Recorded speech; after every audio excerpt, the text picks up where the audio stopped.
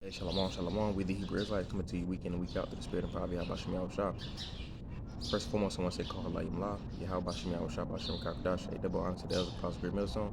The 12 minute truth rule well. Much respect to you brothers out there pushing this truth with all righteousness and sincerity. Shalom, shalom. I'm just going to an article from RT News. I'll read this quote. It says, quote, "Look, there are so many things that are still happening in our economy, distortions, disruptions, things in our supply chain that are affecting prices that are clearly a direct consequence of the pandemic." Booteg, who recently faced heavy backlash for taking months-long paternity leave amid the crisis, said the best thing to do for the economy, the former mayor said, is to put the pandemic behind us by getting more people jabbed. All right, and the title of this article was, um, "That's what getting everybody jabbed is all about." Booteg admits the U.S. supply chain issues won't end till the pandemic does.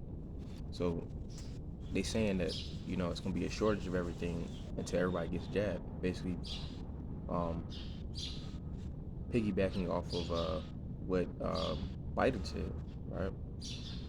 So they said distortions and disruptions in the economy. So you go into distortion, it basically means to alter something from its norms. And disruptions is disruptions in the economy as well, from shortages and things like that. I don't want to go into distortions to the economy because the money is not worth anything.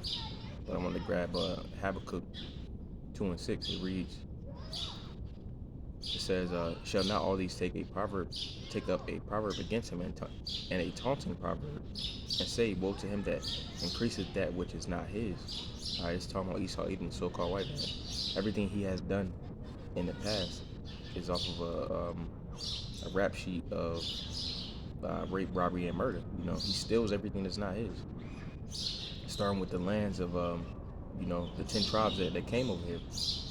It says, woe to him that increaseth that which is not his. How long?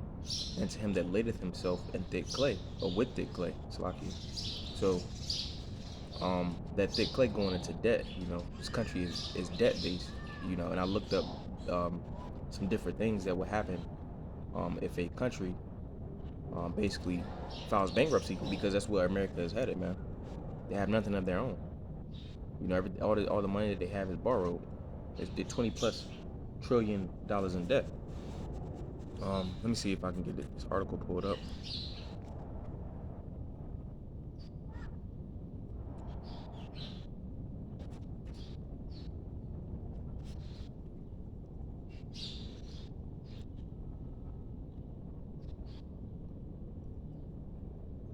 Yeah, I can't find it. I pulled it up earlier, but basically it was going into 10 things that would happen to a country if it was in debt, man. One thing was it will file bankruptcy. All right. Another thing was it would be shortages of everything, and that's what we seeing. I'm gonna go back to that article. It said the article said disruptions. Yeah, because of shortages. You got a shortage of workers. You got shortages of supplies. It's a shortage of basically everything. All right. And just to add on, and you saw the same things happen to Rome. They had a shortage of workers. They had issues with their economy. The currency that they were using, was losing value because they didn't have any they didn't have their economy wasn't flowing because they didn't get any new they didn't conquer any new territories. Tying in with that shortage of workers. All right.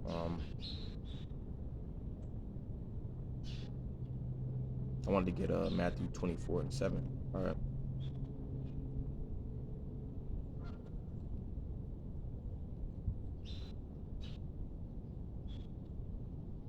Yeah, because things are, this place is going down. All right, this is Matthew 24:7. It says, "For nation shall rise." Salakia. Okay. "For nation shall rise against nation," and that's what we seeing, man. That's what we seeing. You got Russia and China against the U.S. and Israel. Who else? Taiwan and China. And kingdom against kingdom. The U.S. and Russia. They're at odds. It says, and there shall be famines. Shortages. Famines going is talking about food. But famine also goes into a shortage. All right, so you got a shortage of chips, you got a shortage of workers, you got a shortage of lumber. Okay, it says in pestilences and earthquakes, and there has been many earthquakes. In the recent years, and also in pestilences, there's been a lot of pestilences coming up. It says in diverse places, so it's going to be in different spots.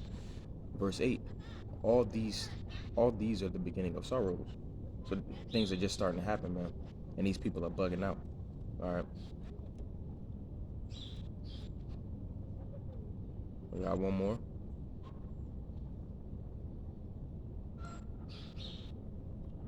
It's Isaiah 47 and 47 and 1.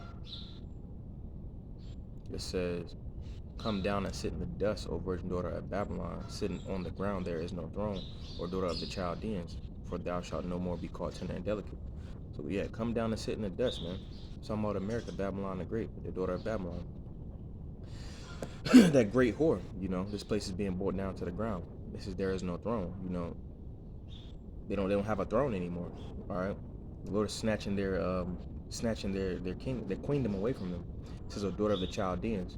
So it's called the daughter of the Chaldeans because they use some of the same witchcraft as ancient Babylon. It says, for thou shalt no more be called tender and delicate. This place is no longer tender and delicate. Because I'm gonna keep going. Verse 2 says, take the millstones and grind the mill, uncover the thy locks, make bare the leg, uncover the thigh, pass over the rivers. Basically exposing this place. This place is no more tender and delicate because it's being exposed, man. Because it was built. It was built on. I'm gonna get a precept for this. I think it's Nahum 1 and 3, or 3 and 1. This place is being exposed, man. It's no longer tender and delicate, but this is Nahum 3 and 1. Woe to the bloody city. It is full of lies and robbery, and the prey departeth not. Woe to that bloody city, man. That's why the Lord is bringing this place down to the ground, because it was built on blood. Woe means destruction. It says it is full of lies. They like to say that this country, this is a great country. That's a fucking lie. They like to say that it was built off hard work. No, it was built on the backs of the Negroes, Latinos, Native Americans, confusion and face. All right, on the on the slavery of Judah and the what is it, genocide and um, the genocide of Gad.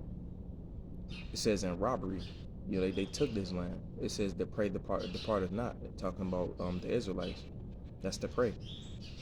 So the Lord is exposing this place, man.